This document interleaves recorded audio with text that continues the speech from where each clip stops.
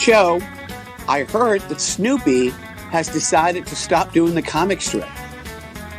No. He's tired of working for peanuts.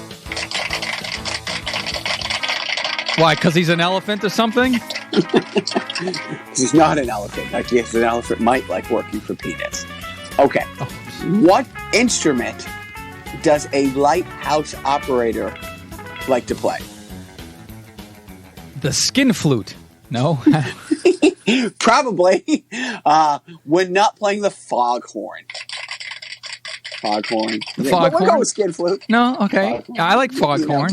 I say. You like horn too? I mean, are these too clean? Should I go back to the whole? So my wife came back from the gynecologist and was told she couldn't have sex for a week. So I said, well, what did the dentist say? Yeah, that's okay. I think that's something your nieces could listen to. Right. Hello, everybody. This is Jacques. I'm Joe. Welcome to Carnival Personnel Podcast. Joe, how are you? Oh, just peachy. I mean, have you seen the news lately? How could you not have a smile on your face? I'm under this pile of coats, hoping everything works out, avoiding the news. But first, are you enjoying your Labor Day weekend? You if anybody, deserve this Labor Day weekend. Yeah, I think I am. I thought I would just, make up a big batch of popcorn, park myself in front of the old Radiation King TV, and soak in 20 hours of the good old-fashioned Jerry Lewis telethon, which I think you can on YouTube now. I think there are probably like 4 decades of that stupid telethon in some way, shape, or form on YouTube. So you could make a run of it.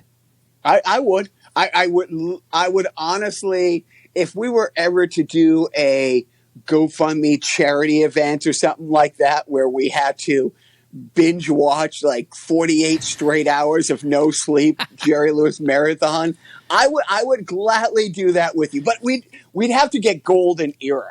It would have to be just the right, late 70s, 80s, yes. Although there are some gems in the 90s and early 2000s, maybe. But yeah, I know what you're talking about. When the ones where he's, in hour 16 and he's getting ornery and he starts making fun of his, Jewish band leader or something like that. Becomes a little less sweet Don Rickles. I think Don Rickles without the warmth. Didn't he make fun of like a gay stagehand or something like that? He really did. And it wasn't a passing thing. It was a whole bit. Right. Yeah. It was a theme. There was a theme week. Before we get into everything, I want to give a shout out again to our good friends Steve and Floor, who are in Philly this week with their absolute ray of sunshine, Hayden. And just want to say, truly thinking about them a lot and wishing for the best for them. I don't know if you know better people than Steve and Floor, but I really couldn't wish for any more for 2 people. Oh, 3 people, Hayden included. Of course, same. Well said. Go ahead. I actually literally thought, I told management, it's like, hey, I'd actually drive down, because we keep wanting to take long trips. We like getting in the car and driving for 5 or 6 hours. Like a couple weeks ago when we went to get, the dog from JFK, we drove down and back in one day, and it was nice. We found a great deli in Brooklyn that she's wanted to go to that we got takeout from and stuff like that. We made a nice road trip, David. I would actually go down there overnight just to kind of, keep them company and say hi. I've actually toyed with that idea. It depends on how long this trip takes. I actually might do it with just one of the boys, just honestly, dude, just to get the hell out of my house for a couple days. So, yeah. But anyways, I just wanted to throw that out there before we got into everything. Great. Yeah. Good luck. Godspeed. I honestly, I do have sincere emotions. I can't express them on account of the autism. Hey, that's what I'm blaming it on. So I'm your Troy and you're my Abbott from Community. I don't know if you get that, Nope. but Troy and Abed in the morning, I'm telling you, you know, I don't know if you ever see that on Twitter, or just look on Twitter for like Troy and Abed in the morning, and people hashtag that a lot when Ellen DeGeneres is getting under so much fire lately. So many people are like, can we please replace it with Troy and Abed in the morning? Your Twitter looks a little different than mine. A little different than yours. Little less, you know. I I just want said a term that I would have maybe said easily 3 years ago. That Sarah Silverman would regret 5 years later. Right. So I just like, hey, just before we started recording this, I realized I am so dialed out of the sports world, and I mean so dialed out of the sports world. Before next week's Carnival Personnel, the Patriots, by the time the next episode of Carnival Personnel drops, the Patriots would have already lost to the Miami Dolphins. And I'm not saying that because Tom Brady left. We just pencil in one loss to the Dolphins a year. Right. You lose now or lose later. Yeah. 15-1. Oh, who was the one loss? Oh, it was the 3-13 Miami Dolphins. They killed them that year. I'm thinking maybe we'll do a sideshow. Like, it might be the shortest sideshow ever, like a 10-minute rundown so we can get our predictions on tape. So when we say, oh, you know, Jacques jumping on the bandwagon because, Julian Edelman is single-handedly, carrying the team to the promised land. I'm going to say it now. I really think they're going to have probably one of the best 8-8 seasons, and then actually, who am I kidding? I think the Patriots are going to have a 2-3 season before the season's put on hold, and the NFL struggles to figure out, like, if they come up with some bubble thing 3 months later when COVID's second wave hits. But do you think there's a line on that at Vegas? There's got to be. There literally has to. There's a line for everything. Yeah. You know what? Well, I'm going to think of a radical idea right now. Instead of a sideshow about the upcoming Patriots season, let's do a sideshow within a regular show. We'll call it a segment, and we'll just like carve out some time in our regular one project for Joe to edit a week that, we can sort of, compartmentalize that little portion of sports within the larger sport segment. I don't know. I'm just thinking outside here, the box. I'm saying words that don't make sense over. Okay. Just so you can see. Mm-hmm. You're officially going on the list. Oh, no. Punch Joe. Oh, I already have punched Joe in the face 614 times here since the last time. Not enough times. Not enough times. I let some things slide. Okay, so maybe we'll talk a little bit about that in sport. Now, we'll get into a little somber right after our podcast recorded last week. I mean, within a half hour, an hour after you and I got done yapping at each other over FaceTime, got the news that the King T'Challa has passed. He has a name. He has a real name. That Wakanda, Jackie Robinson that has passed. That Thurgood Marshall has passed. That James Brown has passed. That character from The Five Bloods has passed. Chadwick Boseman. Nope. Close. I can't say certain names. It's Chadwick Boseman. And yeah, management had called down to me saying, I hope this is a joke. Sadly, it wasn't a joke. And by the way, that speaks a lot about how morose Twitter is. Like that Chadwick Boseman dying. What a joke. Anyways, on to the next awful thing.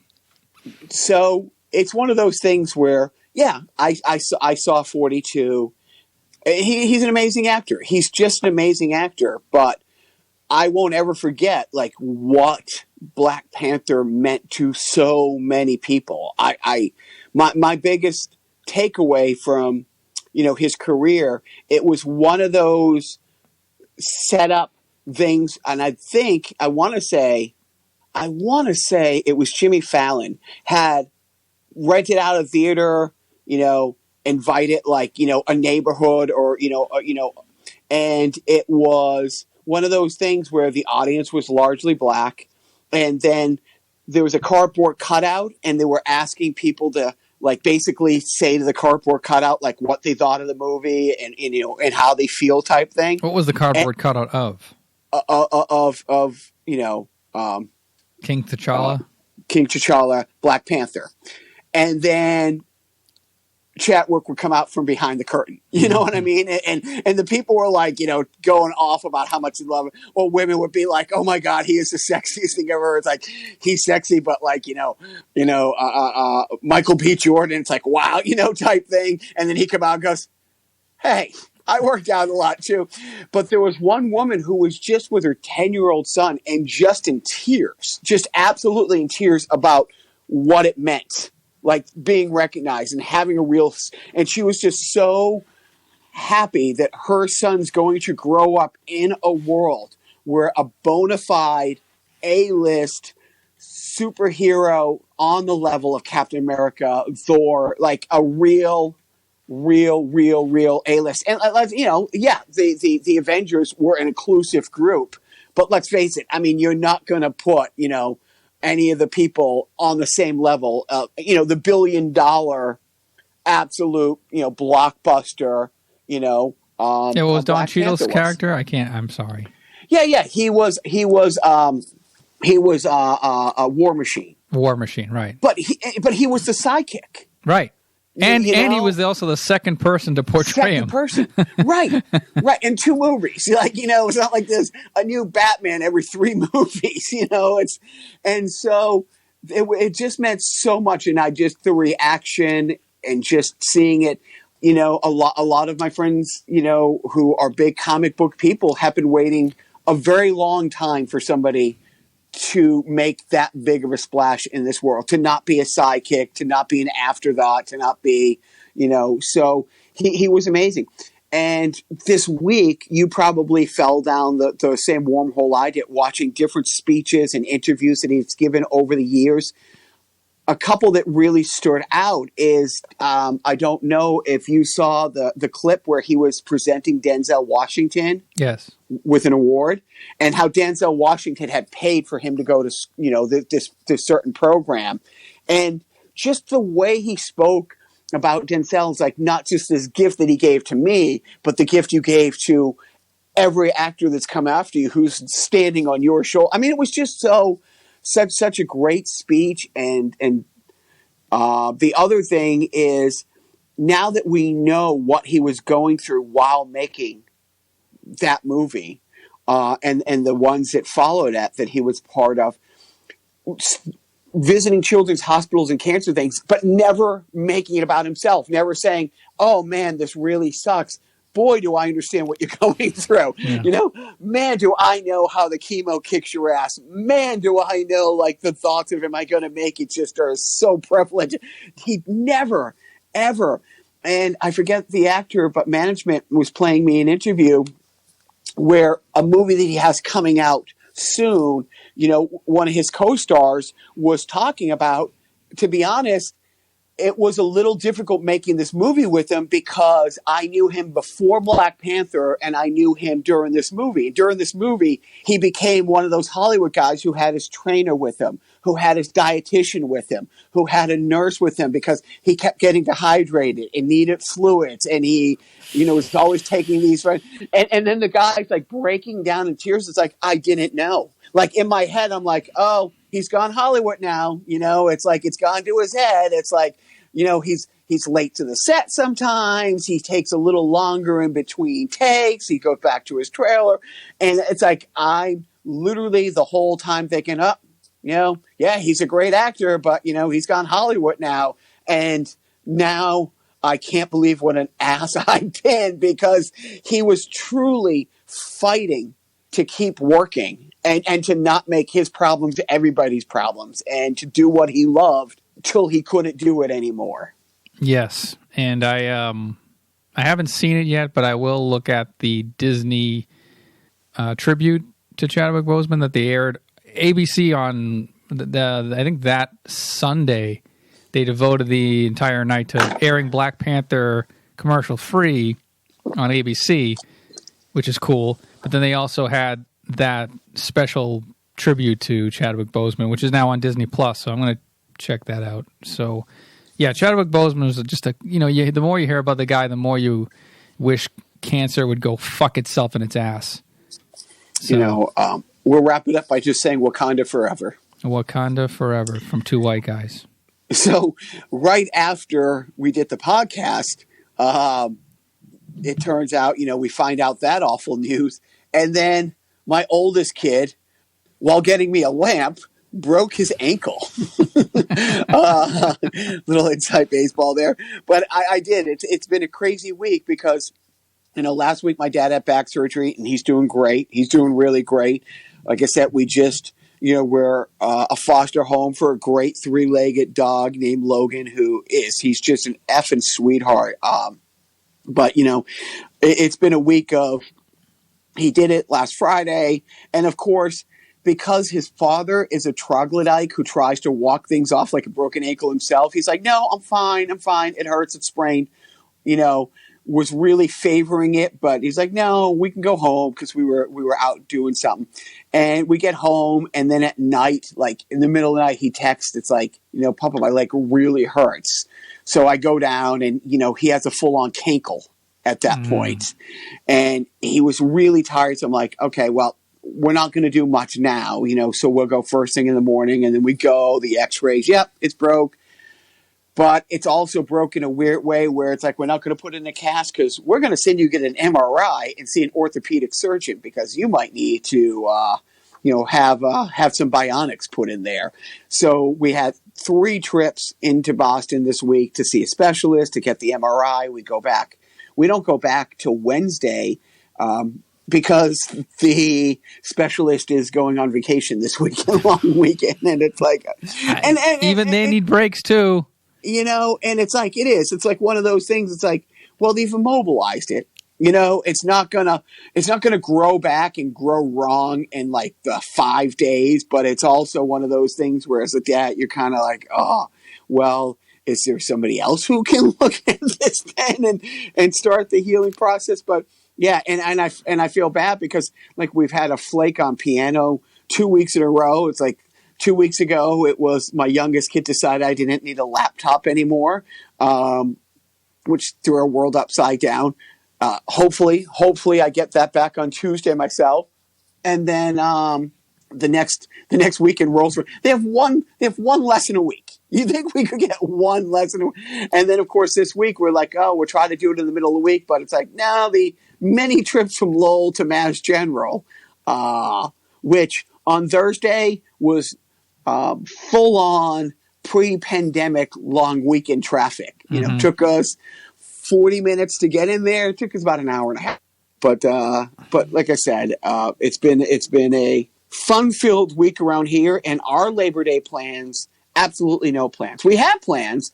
I have plans to be out in Phoenix with the F&H crew, with Biff and All-Star and Taylor, because remember the quaint COVID thing when it was really kicking everybody's ass in March and April, and how our Memorial Day thing got pushed from Memorial Day to Labor Day because at one point the world thought, oh yeah, sure, yeah, no, we can schedule things for 5 months from now. We should have this under control. Yeah, oh, good old optimism. And my week has also been a little rudderless because this is the first week since March that the organization I've been volunteering with called Llama, which I'm not 1,000% sure. It's one of those things where when you first see Agent Coulson in Iron Man saying to Pepper the full name of S.H.I.E.L.D., what S.H.I.E.L.D. actually means, and how people went really out of their way to make S.H.I.E.L.D. fit into that acronym. Yeah. Llama, I think, stands for Llewellyn's Lifting All Massholes again. I don't know, but it's for the last 6 months. It's every Wednesday morning I get up, and it's the only schedule I've had. It's the only consistency I've had because we change our time when we do the podcast. We change piano a bit. We change everything else is in flex, but that every Wednesday at 8 a.m. I met the van at the food bank, loaded it up, then drove over to the church and unloaded it. Wednesday afternoon, the backs were packed. and then Thursday morning doing the food drop off. So this is the first week, my reminder goes off, and I was sad. I was sad that it's like, okay, well, what about all these families we've been feeding and the thought was a lot of the people associated with Llama are teachers or work in the schools who were home, weren't working, and like a third of the volunteers, and everybody was to go back to school now. In our town, it's just pushed another week, but still. So, and I think a lot of the thought was, well, the kids will be coming back and getting their breakfast and lunch there type thing. So anyways, it's wound down. I'm a little bit more rudderless. And of course, with school in our town now not starting to the 16th of September, that's 2 more weeks of kind of living and the, what do you call it? Not purgatory, like the nothingness of void. Like the empty void of life. So you're living in the co-void. See what you've done there? You've taken this pandemic and I added it your bitch. Yeah. You made it your bitch. It's fun. Before the podcast, we were yapping, Joe, and I was saying I've been trying to really take a break from the awfulness, because what is Lawrence O'Donnell going to say that Rachel didn't say the hour before? What is? Oh, I'll toggle between. What is Wolf Blitzer saying that Anderson Cooper won't be saying in an hour. So I've tried to take a break. Listening to this week, I've been listening to the Kinks a lot. I could do a sideshow on the Kinks. It's a band that it's one of the greatest bands ever, and they were the original. The 2 brothers from Oasis who, if they could stop their fighting, would have been on the same footing as the Beatles and the Rolling Stones. But every time they just are taking that next step up the ladder, the 2 brothers would get into a fist fight on stage in the middle of a world tour, cancel it, not talk for a year, then get back together, put out another great album. It would get them back to where they were. Their next album puts them over the top on a world tour, get into a big fist fight on stage.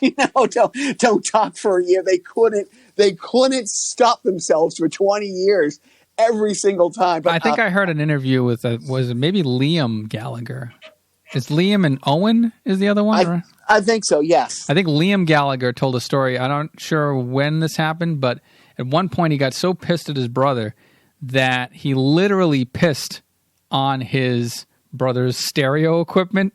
He just whipped out his dick and just started urinating on some, high fidelity sound engineering there. And That's awesome. and I don't think they had a lot of money at the time, but it's one of those things. It's not like the Beatles where they all went in different directions and all. The Beatles collectively as individuals through the 70s were almost as successful as the Beatles in the 60s, but the Davies brothers did shit without each other. The Gallagher brothers, I don't know if they've tried to release solo albums, but neither one of them have come across with a Wonderwall, what I mean, without the other one. I've also been listening to a lot of comics and comedy radio, and I've been doing a lot of old school stuff. One morning this week, I must have binged 2 hours of just Henny Youngman. And as I don't have to tell anyone who's ever accidentally been in a room with me for more than 5 minutes that, yeah, Henny Youngman and Don Rickles played a really bigger role in my, biological parents than should have. But I also been listening to a lot of Lenny Bruce.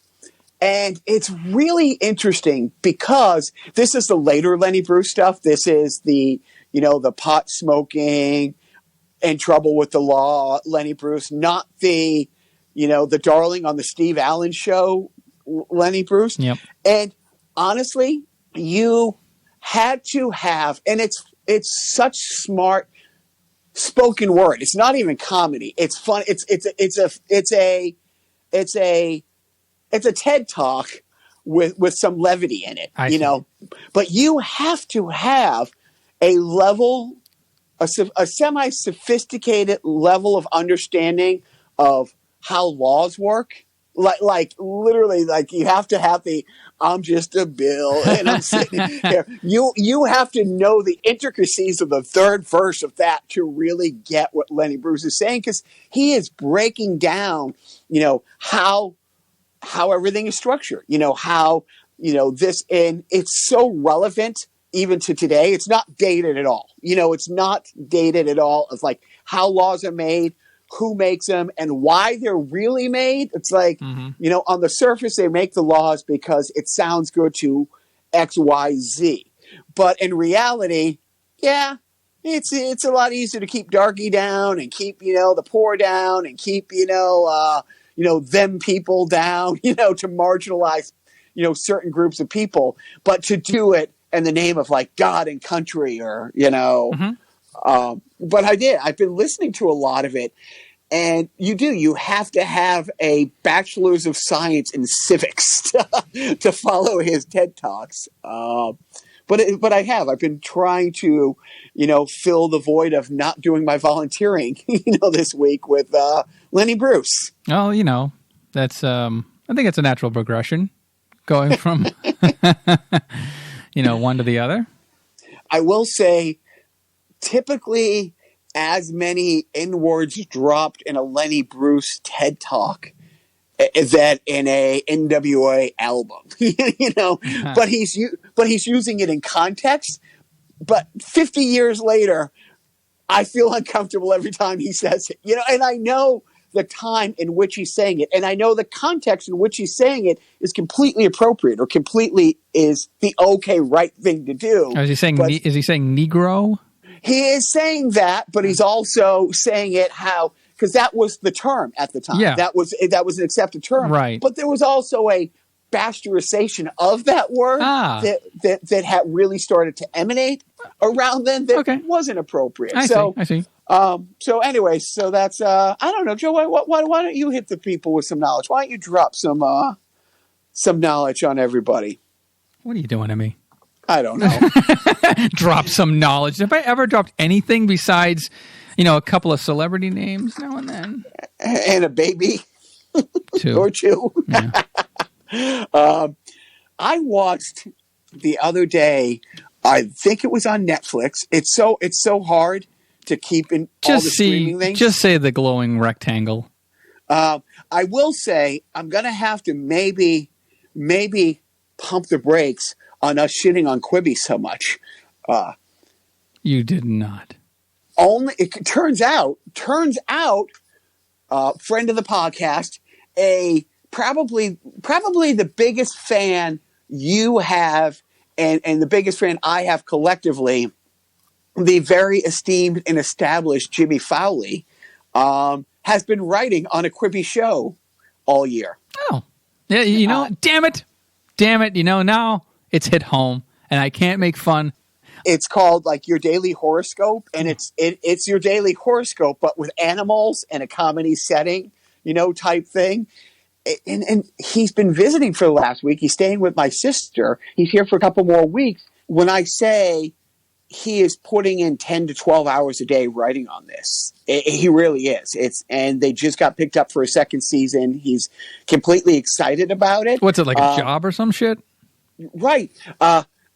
I am not going to pay the $5 a month. And one of his favorite things is, I guess they all talk about all the different writers and people who work for Quibi. One of their favorite things to do is exchange negative press about Quibi. But, and so he was showing me a bunch of the clips, and I'm like, oh, that's right. I forgot Reno 911 is on Quibi. I was a pretty big Reno 911 fan. I don't know how much you like the show, how much you weighed in on it, but I'm like, oh, damn, that's right. Still not going to pay $5 a month for it because it's a ridiculous format. It's a ridiculous format. How it made sense on paper at the time. No, I don't think it would have made sense on papyrus. I don't think that thing made sense at all. That was obviously, uber rich Hollywood executives that were well past the age of the demographic that they were targeting, trying to cater or invent something that would pander to that said demographic. You know, they know what millennials want. They don't have the attention span of sitting in front of a television like we did.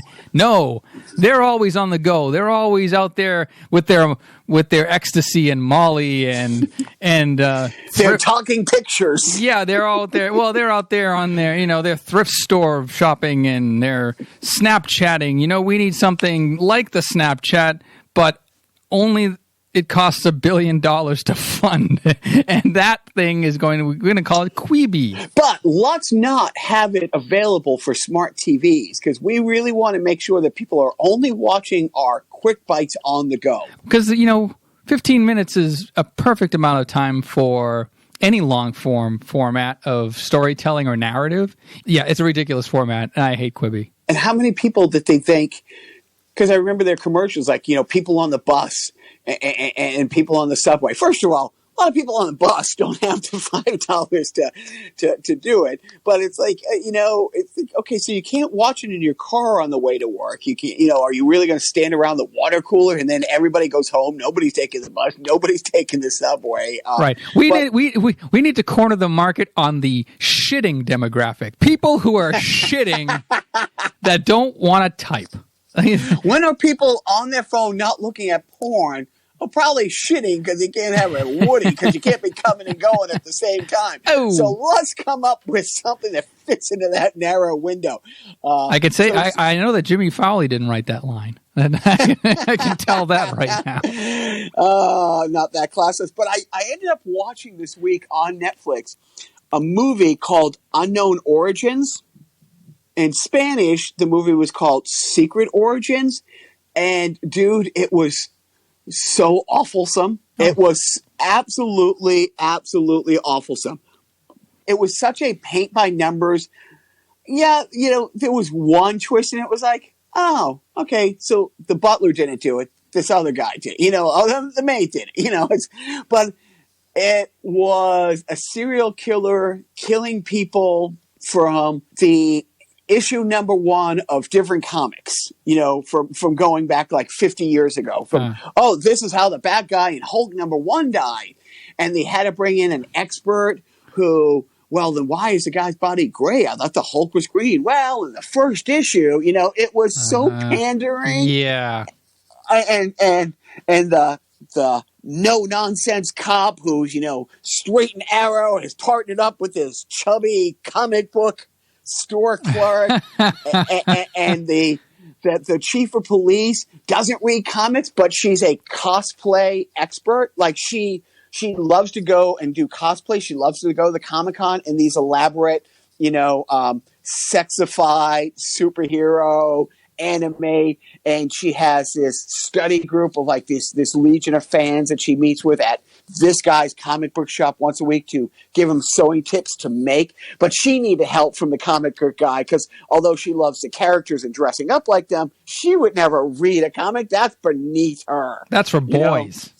So it's like, it's so pandering. It's like, okay, how can we have the one woman in it like objectified in every shot that she's in? Where can we put in the cleavage in this series?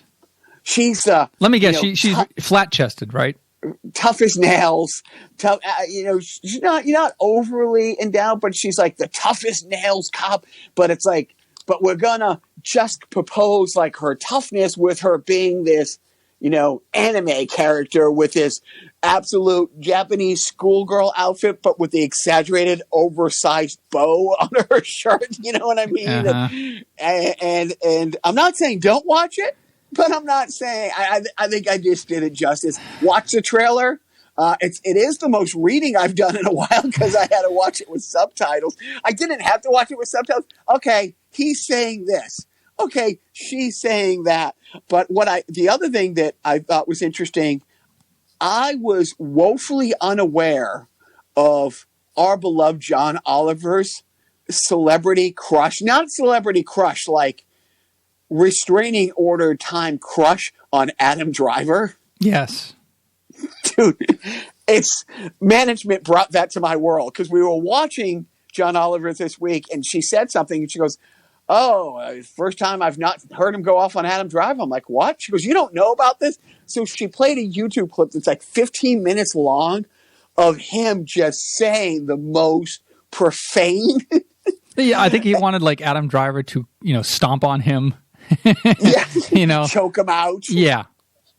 While spitting on him, just like, dude, no. And at one point he's like, am I whispering this because I'm recording from my house? Yes, I am. And then I guess Adam Driver posted a response, totally down, totally in. They're just joshing you.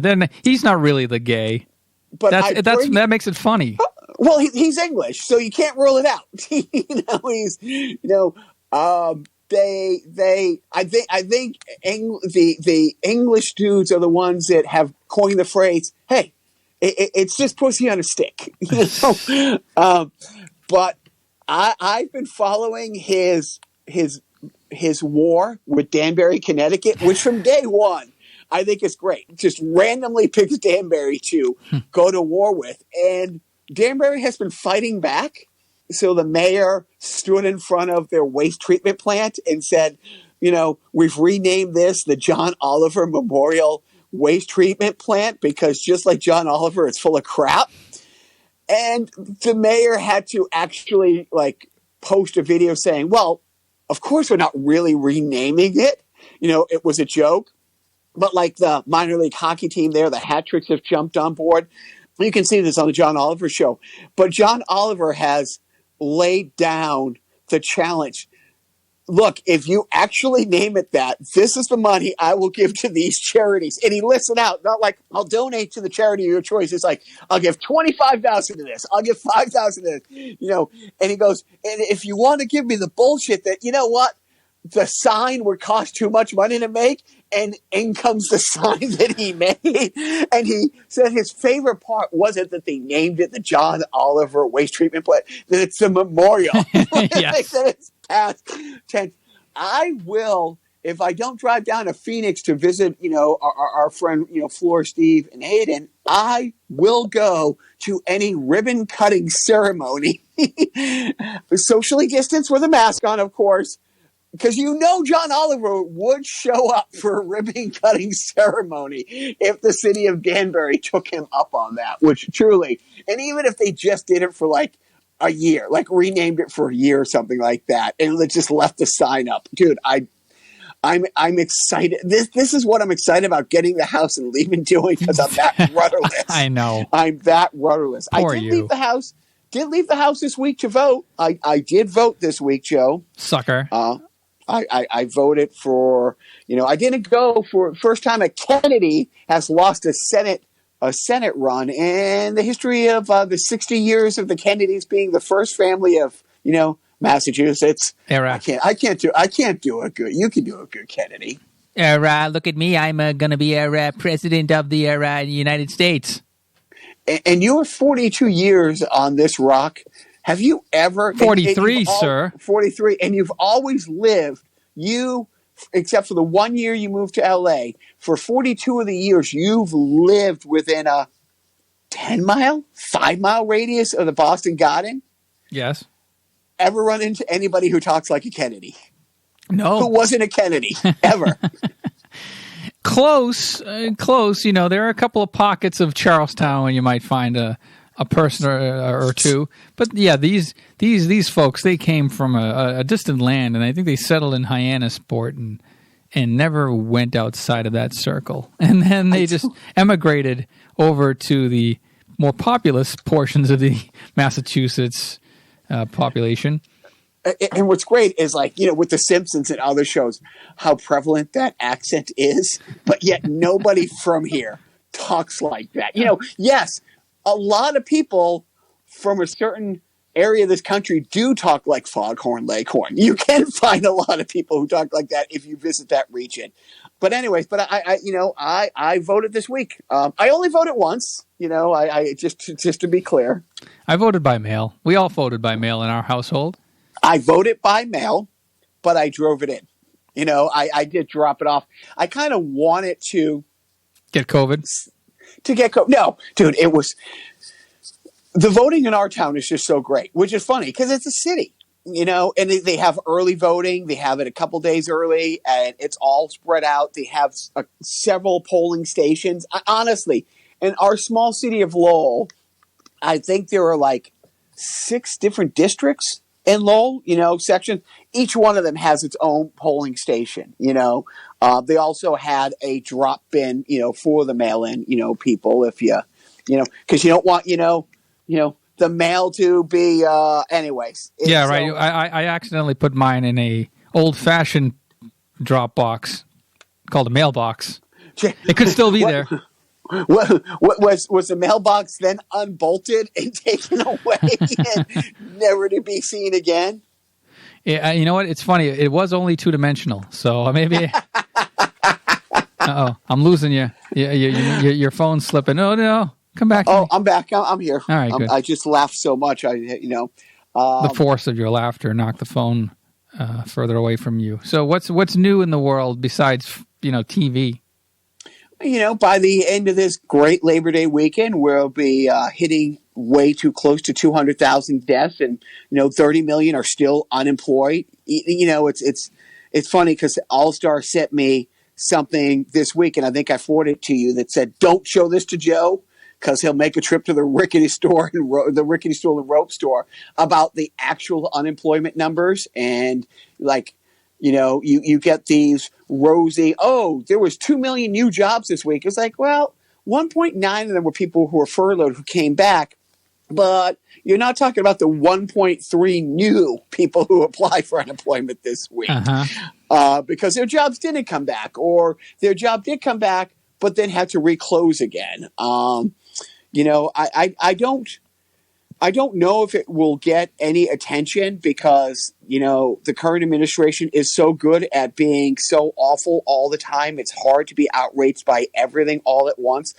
But I will not understand how the military supports this clown at all, because it turns out there was another confirmed, I think he called wounded people losers.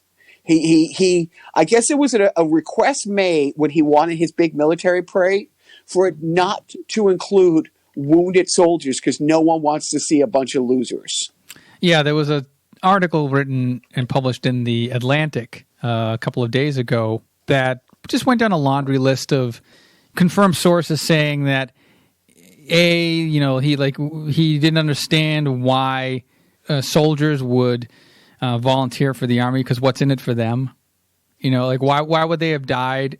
I think he was at like a memorial for World War I veterans or something like that in France, and he said, "Well, they were suckers because what suckers, right? Yeah, that's what was in it for them?" Basically, just reaffirming our knowledge of the fact that he is a piece of shit that only cares about literally himself. Cannot figure out why anybody would volunteer for the army if there wasn't some sort of monetary benefit for them in the end. Why would anybody do anything if it doesn't pay off for them in the end? Why? There's no concept in his mind of selflessness or honor, country. None of that makes sense to him. None of it, and not even in the long run. Why, if it's not going to benefit you today? And again, there's nobody in his family tree who has served. I mean, not only that, it's a different story altogether, but the fact that him nor any of his children, or 4 out of his 5 children, can ever work for a charity again. You know what I mean? So, right, there's no patriotism. And when you find out, little things, you go down the line that, the Pentagon is cutting funding for the Stars and Stripes, which is a military publication that has been published, I think it's a weekly periodical since World War II as a weekly, but it dates back to the Civil War. He since tweeted that he's not going to cut funding for Stars and Stripes, so now he's a hero.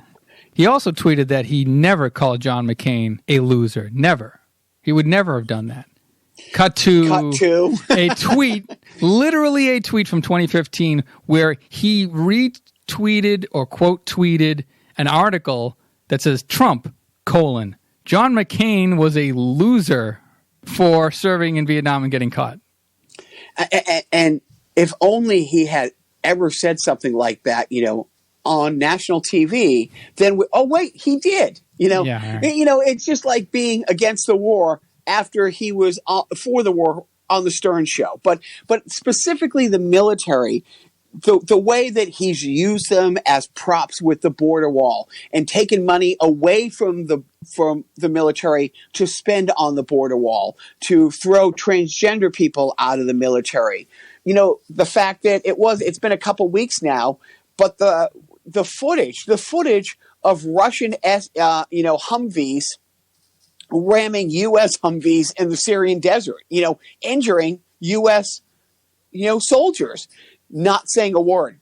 Right, because it makes sense to them. It's like, yeah, the Russians are getting something out of ramming their... Right. So the Russians are getting, the Russians are paying bounties to kill our soldiers. I understand that. The people, hey, got to make a living. $100,000 to, shoot some sucker who joined the military. I do it. I do it on Fifth Ave because I could get away with it. It's just the level of awfulness never seems to amaze me. I will also say it again, and I've also said it once on this podcast. I did vote this week, Joe. I only did it once. I didn't vote by mail and then go in and try to vote again just to see if they would catch me, which was exactly what the president told the good folks of North Carolina to do this week. Wow, that's amazing. I can't believe he said something that stupid. Which, it is a felony. It's not just a felony to do it. It's actually on the books in the state of North Carolina, a felony to attempt to do that or to help somebody do that. And so if anybody tries to do that and they say rightfully so, well, the president told me to do it. Yes, he did. And of course, every day for fucking 4 years, we've been dealing with he never said that. Play the tape of him saying that. Well, he was taken out of context. Here's the full tape. Oh, he was joking. No one's laughing. You know what I mean? It's like, it was sarcastic. No, he 100% meant it. And, what I always love is the most successful comedian, by the way, with the largest ratio of jokes to no laughs. Like that, he's got quite a run of touring on material that gets 0.0 laughter and still makes a good living at it. But yet packs them in. Yeah. COVID or not, no mask. Yeah, he puts maskless ass in seats. Hey, I'm not going off on a sidebar, but too much of a sidebar. But apparently Herman Cain, still active on Twitter, being a piece of shit. Zombie Cain, as they called him. Yeah, the Cain family took over Herman Cain's Twitter account a couple of weeks after he apparently died of COVID-19 from attending a Trump rally in Oklahoma. I don't know, something like that. You know what? It was ages ago. I can't even remember. But the article that they probably robo-tweeted was that, contrary to the mass media's portrayal, COVID-19 deaths aren't as high as they would lead you to believe. They're higher. Signed, Herman Cain. Definitely not a zombie. And they've since deleted the tweet, of course, but... Of course. So we always talk, and everyone talks, there's always a tweet for something. But we've already mentioned it. Most of these awful things aren't just on Twitter. He says them on tape. And 5 months ago, he sat down and said, and I'm quoting pretty verbatim, if you suggested voting twice to any Republican, it would make them sick. And now he suggested to a room full of Republicans. I mean, he was that adamant that this voting fraud is just a Democrat thing. Of course, it's been proven time and time again that most of the voting fraud over the last ever has been Republicans. There was a race. There was a not a Senate race, a congressional race that was thrown out. A congressperson won in North Carolina, and then it was proved that he cheated, that people in his campaign rounded up like boxes of votes from the bluer districts in his congressional area, and the unaccounted for. And so he lost. He lost a race, for cheating. And again, the awfulness, of course, Nancy Pelosi said it best. It always gets back to Russia. It turns out that the Department of Homeland Security this week decided, yeah, we're not going to do any more security updates, security briefings on the election because they're just not doing that. They're not getting the information to the House and the Congress. They're like, yeah, we're done. We're going to suspend this until after the election. And a lot of people inside DHS, it's like, they know exactly what Russia is doing. What you thought, what Russia did, that Russia got sanctioned for, that the Senate voted 98-2 to sanction for the 2016 elections, because those sanctions weren't really enacted. Not only are they doing the exact same things, they're doing it worse. Here's how they're doing it. And the Senate and Congress started to get those briefings. But I guess the decision was made by Homeland Security right after a couple weeks ago when the Republican-led Intelligence Committee came out and said, oh, yeah, Mueller was 100% right. And in fact, this is the stuff Mueller didn't have in his report. And they found, remember that we talked about that. And it's a 5 Republican, 4 Democrat, 9-person, committee. And it was their 5th and final report. And each and every one said, yep, we verified everything in this part of the Mueller report was accurate. Yep, we verified this point. Well, after the 5th and final one, Department of Homeland Security, under the guy Wolf, who it turns out legally shouldn't have the job, has said, yeah, we're going to suspend these briefings because Russia is 100%. And what does the administration come out and goes, well, yeah, sure, Russia might be doing that, but China's doing it worse, and they're trying to help Sleepy Joe. Now, would they have a new name for Sleepy Joe? I forget what it is. Like something about like hiding Joe because hiding Biden. Hiding Biden. Thank you. This is just so fucking stupid. That's it. I've been trying to dwell on less awful. Do you mind if we segued into sport, Joe? No, I do not. All right. The Bruins suck. Fuck you. June 11th, 2019 is one of the worst days in sports for me in my awful life. So fuck you, Bruins, for, choking yet again. So, Joe, by the next podcast, the Patriots will have kicked off. So instead of doing a sideshow, I got an idea. Entertain me for a second. Instead of doing a whole sideshow, oh wait, not literally entertain you. And if you think that's entertaining with your shirt on, you are wrong, my friend. You go get some pasties and fucking put in a little effort, Joe, just a little. We usually do a game by game score recap season where they're going to get in the playoffs, which we go back to at the end of every season to validate our record. I've gloated on the years that they've won the Super Bowl that we've done it. So I got the idea, instead of doing a whole sideshow on that, could we just do it in the segment sports? Because we have the segment where we just talk sports. So instead of doing a whole sideshow, do you think we could? Do you think that's a good idea? I like your spitball in there. I like that sort of like thinking off the top of your head. I came out with myself. Yes. My own. You just grab that right out of the air. Boom. It's like that. It's like God's hand touching your skull. What? First of all, let's start with the big thing. Over under on the number of games played in the regular season before the season shut down. What do you got? I'm going to say 17. Oh, you think in a 16 games schedule? Yeah. You first. So you think they're making the playoffs? They're going to make the playoffs, and it's like, oh, we tried so hard, and then we have to abandon it. We have to hit the eject button. I'm sorry, folks, but we're going to have to pick up this Super Bowl in the summer. So you think they play the whole regular season? Yeah, I don't. I get. Well, yeah. Why not? I mean, it looks like sports are right now. Like there haven't been any super major stoppages in sports as of yet. And that's all indoor play.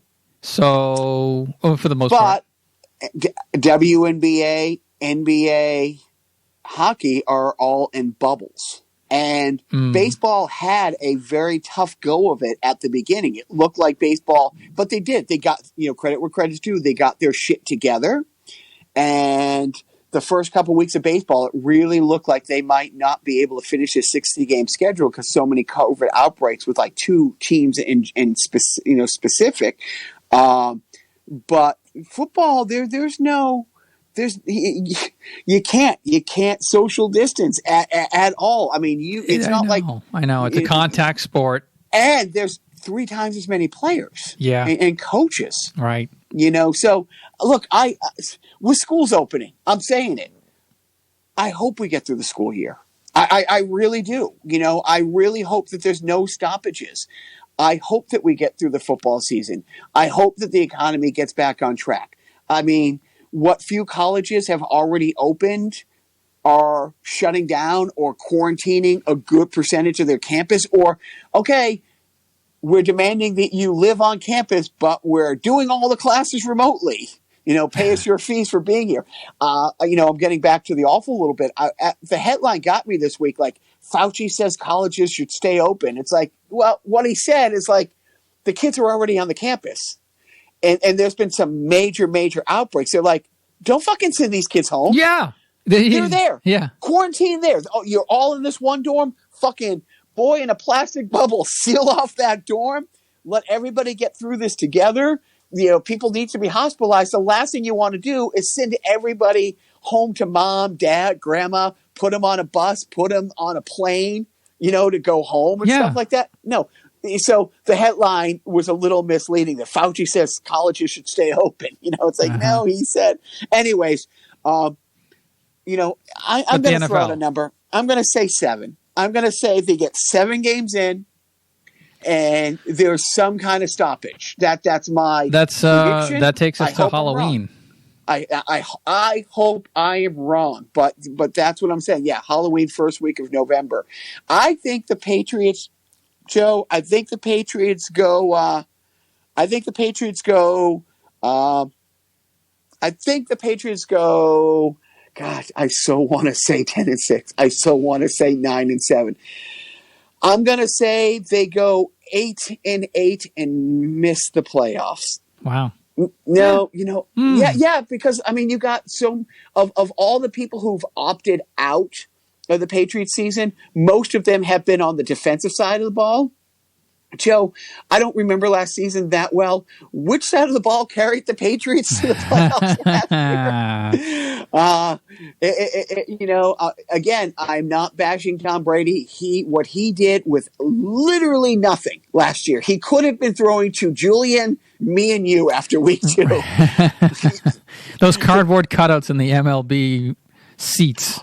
Oh, dude, I want to talk about those in a second. But with the Patriots, like last year, truly, Tom Brady's attitude was piss poor, but so was all the people the skilled players on the offensive side of the ball. So without the defense in there, I so want to say 9-7, and because of seeding, they backdoor into a wild card game. I so want to say 9-7 so badly, but I'm saying 8-8, and they miss the playoffs. Okay, I'm gonna say. I'm gonna do the exact opposite of that. I'm gonna say 8-8. Yes, but on which side? Yeah, you're right. On many sides. So I saw my mom and dad the other day, which because of my dad's back surgery, because my sons have missed my mom and dad so much, and because after November 13th, there's a really good chance I might never talk to anybody again who I know supports, that piece of fucking shit. It's been a rough 3 months. By the way, little editorial here, which I'll probably edit out. And I know I've said this before and then rescinded it, but I might say it again in light of the stuff that's come out about Trump's attitude towards the troops and everything else. If knowing what you know now about Donald Trump, you fucking check yes next to his name for president, you, my ex-friend, are a piece of shit.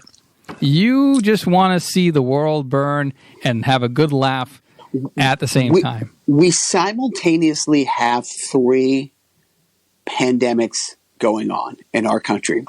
COVID, which by the end of this podcast, the end of Labor Day weekend, we will be on the precipice of 200,000 dead Americans. 200,000 dead Americans in the last 6 months from something that was 95% preventable. We have a crashed economy with the highest amount of people receiving unemployment benefits. So many businesses will not reopen. And again, because of the way the pandemic was handled, it directly affected the economy. The economy is completely fucked. And in our streets, every single day, we have the race war started that Biden said it great this week. He thought hate was gone, but it just was hiding, and it just was waiting for somebody to bring it back out. And what's going on in our streets is exactly what they want. And by they, I mean, the Trump administration said the quiet part out loud, that the more violence on the street, the better this helps him get reelected. They want anarchy on the streets.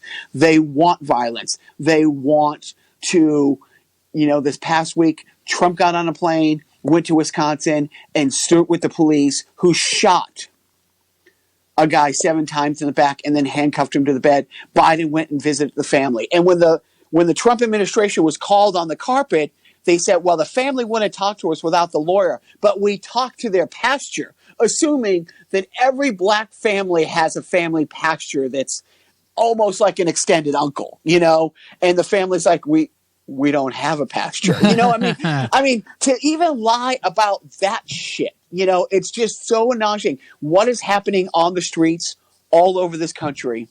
It's exactly what they want, but it's epidemic. It is absolutely, because it helps their numbers with the law and order bullshit. They are fueling this unrest in the street. They are making COVID so much worse than any place else on the planet. Than literally any, I mean. It's weeding out. It's also weeding out the riffraff that they don't need anymore. Again, this is like. They can't. The Middle East isn't a threat as a clear and present danger as it maybe once was or was perceived to have been at some point. So we can't get suckers to join the military and die overseas. So hey, look what stumbled onto our doorstep: some virus that's going to knock out poor, stupid, fucking people.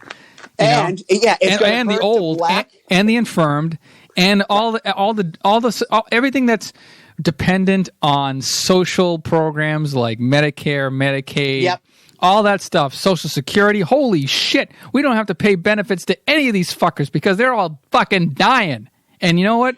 We're going to stay alive. We're fine. So, and we said this back in April. When the numbers came out, right around the time they really started to pull back from COVID, is when the numbers came out that it's hurting, people of color at a 2-to-1 ratio. So you're right. All the dead white grandmas and grandpas who are in assisted living facilities who are living off Social Security checks, we get to wipe the board of them, but it's also hurting poor communities. Yeah, right. And those poor communities are mostly black and mostly non-white. Right, it's hurting the poor white communities, but it's hurting the black and Latino community 2-to-1. Fuck it. Those people don't vote for us. Like, from day one, Jarrett, has been called to the mat about, it's a blue state. Anyway, enough of that. Getting back to I have this, 2 cousins. So the Patriots, the cardboard cutouts. I wanted to mention that. So I was at my parents and my boys were with me. We even at my parents' social distance with masks on when we went in. But the news came on in the background. It was like baseball highlights. And I pointed out to the boys who don't see any sports in the house because we don't watch any. Those aren't fans. And I paused it. Like, those are all cardboard cutouts. And I'm like, and the boys thought that was hilarious. And then my dad piped in and goes, you know how much people are fucking paying to have their cardboard cut? And I'm like, what? And he called up a couple articles, not on Fox News, not from ONN, and not from The Onion.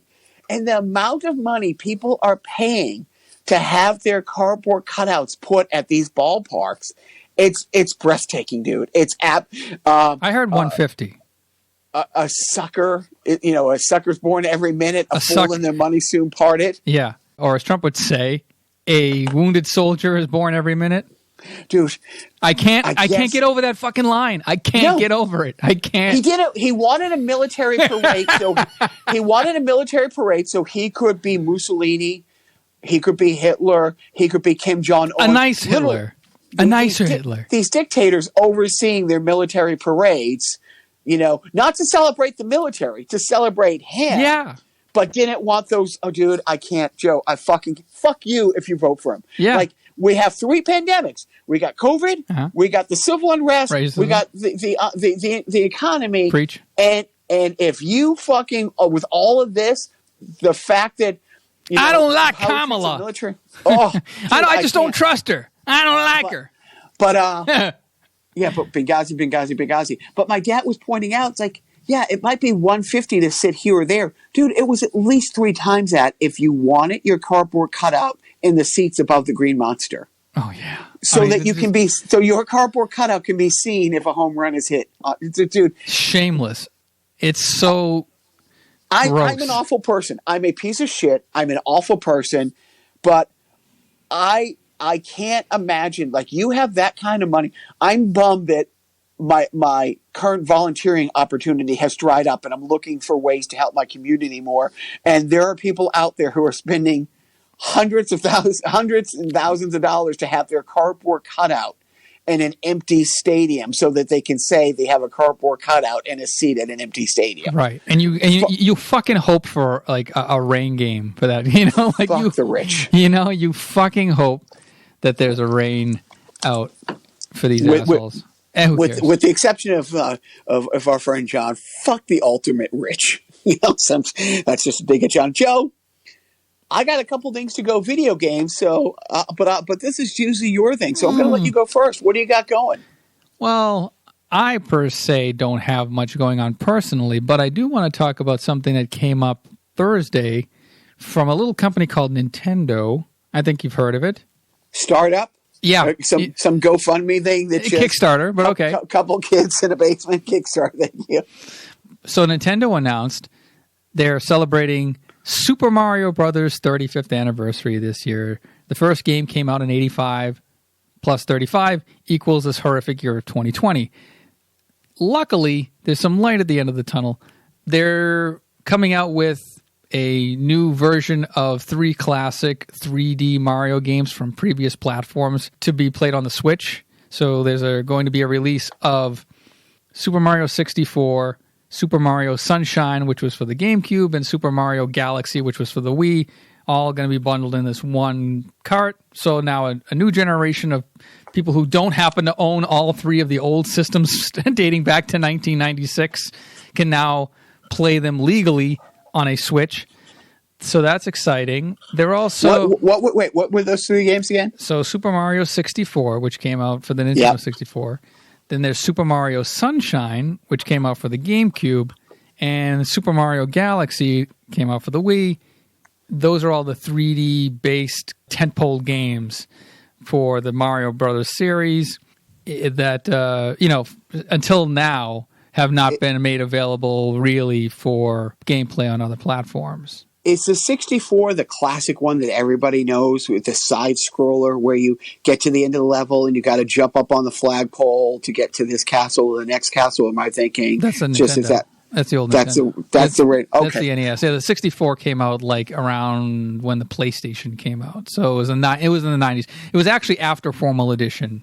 Misty. Wow. This is Misty's Kitchen era we're talking about. A Sunshine I've never heard of. Yeah, it was kind of some Super Mario fans kind of considered that the worst Super Mario Brothers game, kind of. You had a GameCube. I have a GameCube. I didn't have one when it was popular, though. But I do have a GameCube. Yeah, for those 3 weeks. You didn't get to 3 weeks it was popular. you really missed out. But have you played Sunshine? Yeah, actually, I've recently, like within the last year, I finally beat it. On an emulator, or did you? No, I have. I actually physically own the original game. I fucking love you. I love. I mean, so if much. It's going to be sitting on a shelf in a Goodwill for a reasonable price, why wouldn't I buy it? Okay. Reasonable price it for like somebody who. I think I got it. I think I got it for like $5-10. That's reasonable. I mean, you go to a movie. You remember movies, Joe? Nah. Those things that you great. download. So you have you 100%ed it? Was it a great game? Did you really dive? I don't think I side missions. Don't think I 100%ed it, but I did beat it. It's one of those games where it's a little offbeat. The premise of Mario Sunshine is Mario and his friends are on a vacation, and they're playing lands in this resort, this island resort. But then Mario gets arrested because somebody that looks like Mario went around the island defaming and vandalizing all of the landmarks. And so it's like this dark version of Mario. Of course, it's a dark version of Mario that would be doing the vandalizing. Is it Waluigi? No. It's not Wario. Wario. Okay. No. I think you've reviewed this because now that I'm getting the trailer from you, it sounds familiar. Yeah. So, anyways, these three games are going to be made available for the Switch. But the other thing that's going to be coming out for the Nintendo Switch that is exciting to me is it's called Super Mario 35, and essentially it's like that Tetris game that I talked about months ago called Tetris 99, where you're playing Tetris against 98 other people online, and whatever you do can be affecting other people. Yeah, so like if you clear 4 lines in Tetris, you can send 4 lines over to some other bastard's game and fuck them up. Well, now I guess you were second place a number of times, and then you finally beat it. I finally achieved number 1 status. Honestly, I've never done cocaine before or heroin or anything like that, but that feeling of euphoria that I reached at the end of getting the first place in Tetris 99 was breathtaking, and I had. Did you take a screen grab? I took a video of it. Yes, I have a. So, but you can't frame a video. I think I took a screen grab as well. Could you post that this week so we could all enjoy that? I probably won't. But anyway, so Super Mario 35 is a similar game where you're playing levels of Super Mario Brothers, the original Nintendo version, but then if you stomp on that enemy can be sent to somebody else's game to fuck them up, and you have to knock out like 34 other opponents, and it's a fun online thing that will, I guess, come out in a couple of weeks, and it's free to download for those who subscribe to the Nintendo Online service, which is great, but it's only available through March, which I guess is fine because we'll get bored of it by October. So, still there's other things like that coming out for Nintendo's celebration of Mario's 35th anniversary. But Jacques, you have more important things to talk about. No, the Galaxy, Mario Galaxy, that is really when our boys jumped on because we had just moved to Qatar and we just bought the Wii U to bring over with us. And that was a game that they had played. It's a fun game.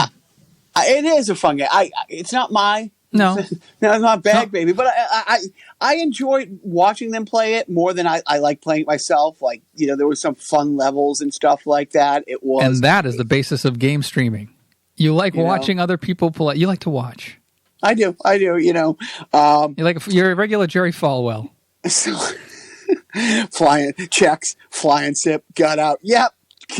Pool boy. So I this week took a little break from Resident Evil 5. I have the beast of the old PS3 upstairs, and it sounds like a jet engine like the whole time, even if you're not using it, and if you're watching a movie because it's our DVD player upstairs or our Blu-ray player. It does. It sounds like a jet engine landing. I this week just decided, one of my boys mentioned it like last week. My little guy was like, wait, which is the Batman game that you can play in big head mode? And if you remember, there's an Easter egg in Arkham City where if you're holding on to this like decoder thing, you have to hold all 4 trigger buttons. And the joysticks, one you have to be going counterclockwise and one clockwise, and it makes a big head everybody. Like all the bad guys are big heads. I don't think I knew that. They look like short bobbleheads. Yeah. And just as soon as we're done, Google Arkham City, big head mode, and it is hilarious. It is absolutely hilarious. You got to get to a certain point of the game. You got to be playing on normal or New Game Plus or Hard Mode to be able to do it. But he wanted to do it. I don't know what made him think of it. And then the other day, I'm like, yeah, I got a couple hours. And it was in the morning. It's like, management and I went running. And it's like, okay, these are the 2 hours before the boys get up. No one's going to bother me. I can actually throw this in. So I started playing, just for a couple hours. Cue, 4 days later, 100%ing, and it's a big game. I mean, there's lots of side missions. There are lots of side missions. I think there's 440 Riddler trophies and things you have to take pictures of and different Easter eggs you have to uncover. Another interesting thing with this game, you can play with Batman. It's an add-on, and you can play the Catwoman storyline. She has her own different story. It weaves in and out of Batman's story, or you can play as her a couple times, but just mini scenes like, oh, you got to get her through this one room, goes to a cut scene where she meets up with Batman, and the rest of the game's Batman. So in her story, she's breaking into a vault somewhere, and on the big TV, you can see that Batman was in a building that collapsed, and they have a shot of him under rubble, and he is dying. And you have the option, you can drop the suitcases of the stuff that you just stole and run there and save him, or you can leave Gotham City. And she has this whole dialogue in her head. It's like, he's not really going to die. He's Batman, and it's like, oh, what are you doing, Selena? It's like, and if you leave, dude, you exit to the right and you start leaving. And then she says, fuck it. And she starts walking away, and the screen goes black, and the credits roll, and it's Oracle, sending out an SOS that, it's confirmed he's dead. Most of the Bat family's down. Most of the cops are down. If anybody can hear this message, please send help. The joke. It's a dark ending. The credits roll, and then it does that for 2-3 minutes, and it's hard. And then the game rewinds itself. In fast mode rewinds itself back to that point, and then you have to go save him. But you can, and of course, there's a trophy for taking the bad ending, a trophy thing, But the fact that you have the option to say, literally, fuck him, fuck Batman, away and let Batman die. It's pretty awesome. But I did. I sent to you and our good friend, Chris, I took a photo of, the one slot, you have 4 slots for different games you can have going one, but I just have the one game and it says 100%. Yeah. I'm like, yeah, another proud moment in my life. And by proud moment, I mean, oh my fucking God, I'm in my 50s 100%ing Batman games from 2011. What the fuck is wrong with me? And the answer is nothing. No, it's perfectly normal. So my son breaks his ankle this week, and we are going to get him an MRI, and he's bummed. And he's like, well, when you were at Grammy's house, because as you remember, I like to call it the blue blood era of my life. I was laid up there for most of the time I had my busted ankle. And he was saying, was the pain worse, on this time or this time? It's like, because once I get settled in, it's fine. But after a couple hours, my leg just being here, it starts to hurt, or my leg will be fine. But then I have to go to the bathroom. I'm like, yeah, dude, once I got into the Barca lounger at my parents and I was all propped up, it's like, it was fine. The pain just wasn't there, but the 5-6 times a night I have to go to the bathroom every single time, the blood would rush back down, it would throb. It took, 20 minutes to fall back to sleep. He goes, well, you should have used one of those old man diapers. Well, I like to call them gamers diapers. And I just looked at him and I'm like, dude, no. This bleeds into my parenting tip of the week. So I'll let you know. I'm like, I'm mixing that idea now. Right. You're putting your good foot down. Dude, at the same time, fucking hysterical. Right. I mean, and I may or may not have a brother. Well, after November 3rd, I may not have a brother, but who may or may not have a few years ago, maybe 10 years ago, one of his buddies and him wanted to see how long they could sit and watch football games drunk on Sunday without having to change their diaper. and you know my brother now, but you also knew my brother, let's say 15 years ago. So his oldest kid is 14, so it was probably 15, 16 years. It was pre-kids, you know? But dude, he actually did that. And so my oldest little guy, when he said that, I'm like, okay, A, hysterical. B, there's some real creative thinking right there. 3, no. Just no. Yeah. And part of me, worries for his future. I'm at college. Fuck that old man. I can play Call of Duty, which I won't let him play here. I don't have to go to the bathroom for a good 12 hours because I got my gamer's diaper. Well, on. it's like that movie Idiocracy, where in the future they have toilets built into their chairs so they don't have to get up from watching TV. Dude, how close are we? Very. I mean, we're already in gamer diaper technology, so we're close. Is there? Hopefully he won't be the Elon Musk of gamer diapers. Oh, Jesus Christ! Or hopefully he will. Or hopefully he will. At least if you're gonna go into idea? if you're gonna go in all the way, baby. What are you watching this week on Quibi and the other 9 platforms? I think the same thing you're watching. I don't want to. What? Minecraft? Lovecraft. No, I don't know what that is. On HBO, Jordan Peele and J.J. Abrams' new show. I don't know what you're talking about. It's fucking awesome. I mean, it's either Lovecraft. I think it's Lovecraft. And I guess there was a series of books and they're short stories. I thought it was a whole season. And, it's episodic. So one drops every Sunday, just like the John Oliver show. So we watched the first episode. It takes place in the mid 1950s, the first story. And I thought it was going to be a 10 episode of just this. I'll find out today because, episode 3 and 4 are out. But it takes place, I forget what city it starts in. I think in Chicago.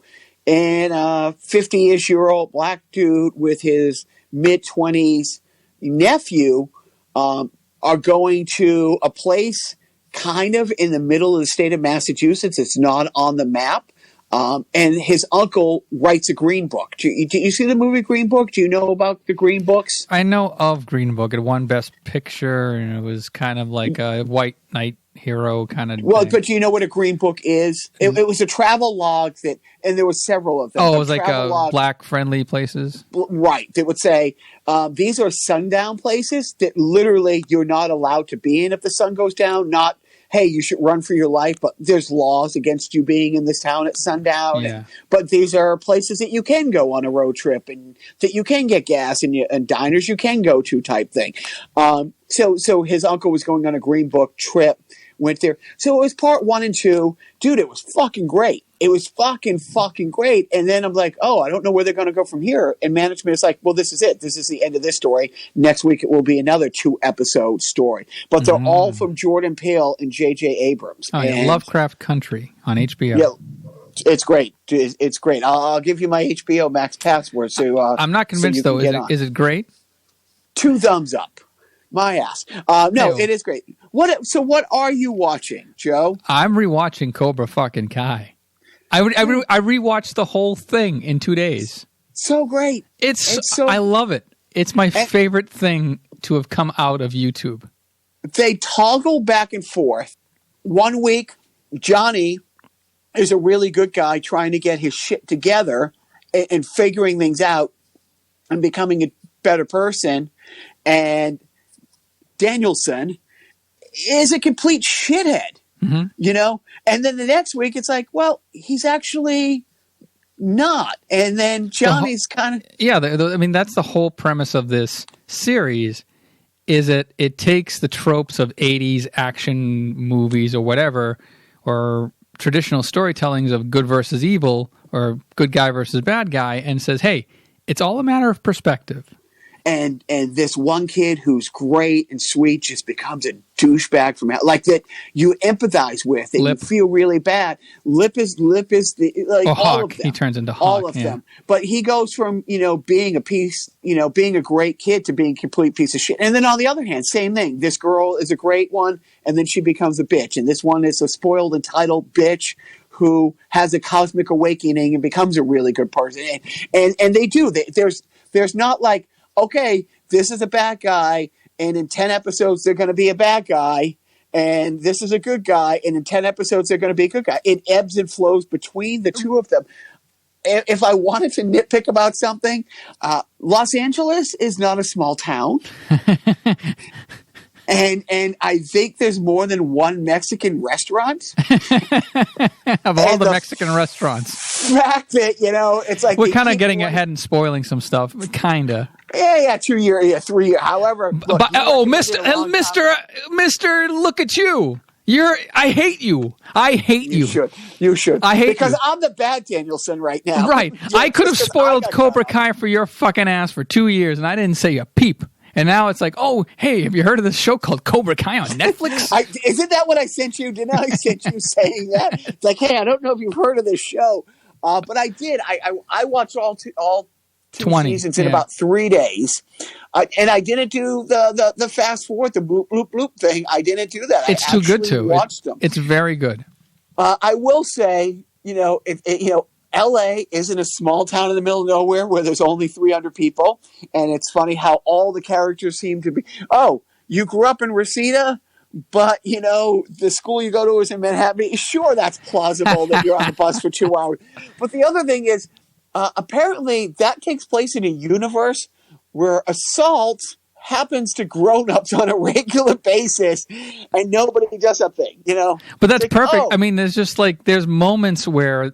There's so many moments in the show where they make fun of tropes from the past and they make fun of themselves, but they stick so well to those conventions when they have to, when it advances the story, that you buy into it. It's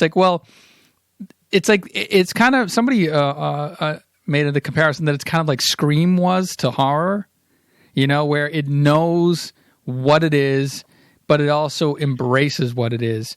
It can make fun of itself, but at the same time use those licenses to make the story better. And I mean, the writing is fantastic. A couple things, and I'll put up the spoiler wall, and you can tell me if I'm getting close to going over it. When you talk about the great writing and how they have such an awareness about themselves and the absurdity of certain things, the lifetime ban on Cobra Kai. Yes, the lifetime ban on Cobra Kai. Wait, is that a thing? Like half the people on the board aren't 35 years old, and they're like, wait a minute, what are you talking about? One thing I will spoil, just be careful out there. Anybody who want to watch Cobra Kai, it's kind of spoilery.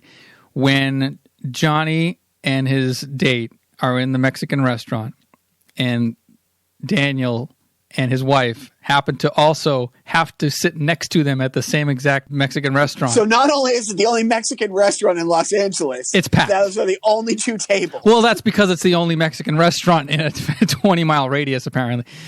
So they're forced to sit next to each other. They start going into each other, Daniel and Johnny. And Johnny's date's like, do you know each other? And Daniel's wife's like, oh, they have warring karate dojos. Let's eat. And the look that they exchange is like, what? Right. Well, I love Daniel's wife because she's reality. Like, she's just like, we were having a great life. We have this business, LaRusso Auto Motors, successful, expanding to another location. Yeah, I mean, and she's fit. They have a fun, the nice family. The little snotty kid of theirs is kind of a tool bag. He kind of a tool bag, like such a douche. And Johnny calls him a douche. Yeah. But but she's just like there to remind Daniel, before this Cobra Kai thing, everything was fine. It's like, you're getting distracted. Now you're opening your own dojo, and you have one student, yeah, right, and who probably isn't paying because he works for you cleaning the cars at your lot. and you're missing running your dealership. We're going to miss the sales quota for this month. The sales quota isn't there just for shits and giggles. He dipped into his advertising budget for that quarter to pay for his dojo commercial on YouTube. So my favorite thing about the commercial is he's reading the comments. And again, talking about woke 2019. I think it came out in 2019, 2018. It's like, wait, what is cultural appropriation? You already said it in this podcast. They're calling me Daniel a racist. And truly, his heart's in the right place. I mean, he's honoring his mentor, Mr. Miyagi. But that was his favorite song, and he literally does this thing. It's right, it's like, traditional Japanese music much? It's like, but that was literally his favorite song. And I thought that was a great way to tie that in. It's like, and that's one of those things, it's like, he's not being a racist or anything at all. I mean, he was mentored by this great, sensei, and he adopted that culture and the philosophies and the music. But because he's an Italian kid from New Jersey, it kind of comes across. And how awesome is it when, like, to watch Johnny discover modern times? He's so stuck in the 80s. He has a tube TV. He's watching Iron Eagle. He's got nothing going on in his life. And then he's forced to, because he wants to grow his business, he's forced to buy a computer. So he's going to the pawn shop and complaining to the guy that, I asked for an Apple and you sold me a Dell. And I can't. Doesn't even turn on. Yeah. Did you try the power button? Do you even know what a computer is? Yeah. Do you know what the internet is? So great. Trying to set up the Wi-Fi and then him discovering the internet. I'm getting too spoilery. No. And then it's funny. Stuck in the 80s, and it was a bit like Tommy Boy when they're driving and that song comes on that they're both like, well, you can change it. REO Speedwagon. Yeah, REO Speedwagon. And both Daniel and Johnny start singing along. Johnny just absolutely. It's like, oh, you are a douchebag. You are a bag of rocks. But you know what? I think this is where our rivers. Yeah, we're both children of the 80s. So I did, but like I said, the fact that it was shot in this tiny town called like Los Angeles, and the fact that so you can walk into a car dealership, smack somebody around in front of 100 people, and walk out of there without any repercussions. Oh, you can come and smash the guy's car and just say, and let that be a lesson to you. Well, let this be a 911 call. Right. There are a couple of moments when like that happens. Like, like when the mouthy nerdy kid, like Dimitri, the one who like right. He doesn't have any talent, but he just talks his way out of things, and he's always got an excuse for something. And so there is a lot of reality grounding or things that bring you down to like, hey, this isn't plausible. That wouldn't work in real life. But the one thing I do want to talk about real quick before we get off topic with Cobra Kai, how fucking great is Paul Walter Hauser, a.k.a. Stingray, a.k.a. Tubbs? You know what I'm talking about, the fat guy. With Wait. When he goes to the kid's party with his girlfriend, yeah. And she's like, I thought we were going to party. Yeah, this is a party. These are kids from my career. Their parents are out of town. He's got to be like 32, 30. Well, he's old enough to know who Johnny is from the tournament. Yeah, well, he's definitely like he does right. He's definitely like 30s. Like he works at Home Depot, and he's like he's bonding with Johnny over his Metallica T-shirt. Yep. And it's funny because I've seen this before on How I Met Your Mother. The guy taped the 40s to his hands and called himself Bercules. Yeah. And so he tapes the 40s on his hands. And then when the cops come and he's trying to run out of there like all the high school kids. Yeah, exactly. And he can't open the sliding door because he's stuck in the house. So he has to like use his mouth to slide open the door. Yeah, I forgot, but it was so great. His date, which he works at Home Depot, he looks like that. He ain't dating her. Right. They took a few liberties. But she was like, I thought we were going to a party. This is a party. These are kids. They're from my dojo. It's like, What? Right. When they're at the Valley Fest, when when they're showing off, like the Miyagi-Do people, the three from Miyagi-Do, Daniel and his daughter and the other kid are showing off their moves, and one of them uses a bow, and Stingray's in the audience, trying to hit on some girl. It's like it's called a bow. It's the weapon that was used by Donatello from the Ninja Turtles. He was my favorite turtle. that whole thing of the absurdity of competing karate demonstrations, and everybody in the town, the small town of Los Angeles, is talking about this. No one talking about the Dodgers, the Lakers. Exactly, like the whole world revolves around karate. But you know what? We knew people whose whole world were karate. And that we know Steve. Okay. But and also Jim got involved as well. But that was when you're that age, that can be your entire world, Right. So we're overselling karate. I don't think we can oversell Cobra Kai. You can't. I mean, you did a tremendous job trying to get me on board, and I watched the pilot back when it came out, and you were in love for it, and you actually spent the $8 a month to get it. Yeah, twice. Yeah, like when it came out with the first season, I spent a month of YouTube Premium. Well, I think it was like $14 a month, and then I was like, yes, I'll do that again for second season. I'll do it. I don't mind. And truly, it's. And I kind of watched it. It's like, yeah, Joe liked this. I didn't love the Karate Kid movie. It wasn't my thing back then. I mean, it was. If you remember from the original, 0 spaceships. 0 spaceships. True. Not one cape, not one cowl.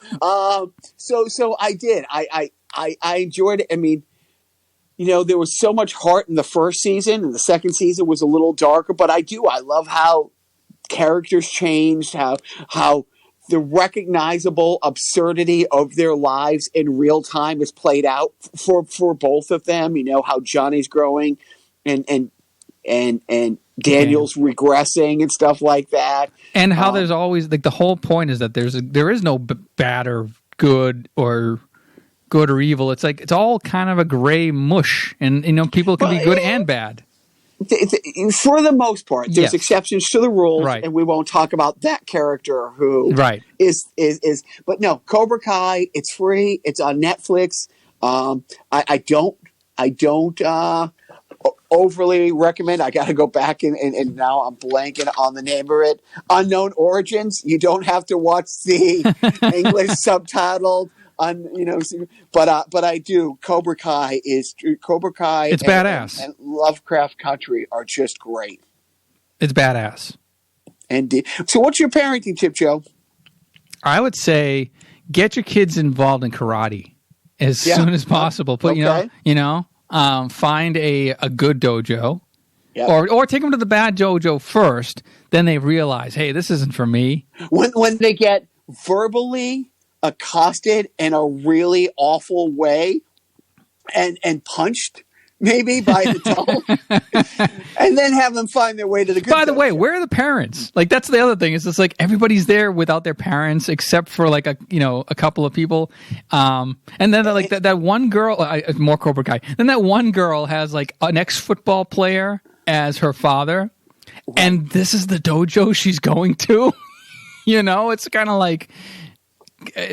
slumming it a little bit, or dad's a well-known 8-year NFL, so they have money, and they're driving out to is it in El Segundo? I forget exactly. I think it's still isn't it it's not in Reseda, huh? Is it Reseda? Okay, I don't know. Where our good friend Renetsky lives. I will, when I watch things in LA, my soul, that's home for me. And even when you go by the strip malls in El Segundo and Reseda, they're all the same. You can go down La Cienega for 30 miles and pass 100 of the same. It's I want to be there. I want. So your parenting tip is get your kids into karate. So great. I'm glad to see that you'll be spending post quarantine getting the kids. So your youngest, which one is his favorite Ninja Turtle? And will he be going bow staff? Is he going nunchucks? Is he going, I think he's more of a Sai. I think he's more of a Sai. Okay. Yeah. Yeah. My parenting tip is, look, applaud your kids for being creative.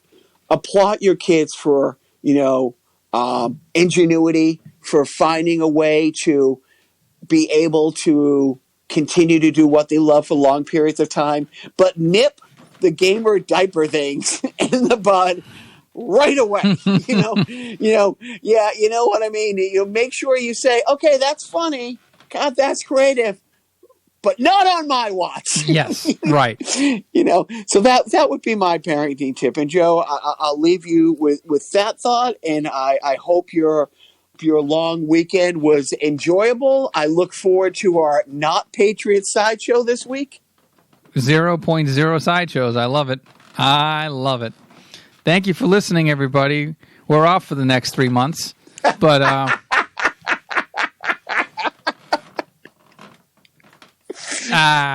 I'm just playing with you. We'll be here until November 3rd at least. I don't know why I picked that date out in the clear blue, but we'll be here every week. I think, just giving our thoughts on society's ills and some of the highlights too. Some of the laugh lines of America and the culture surrounding it. And anyway. So that's it for the podcast. Thank you for listening.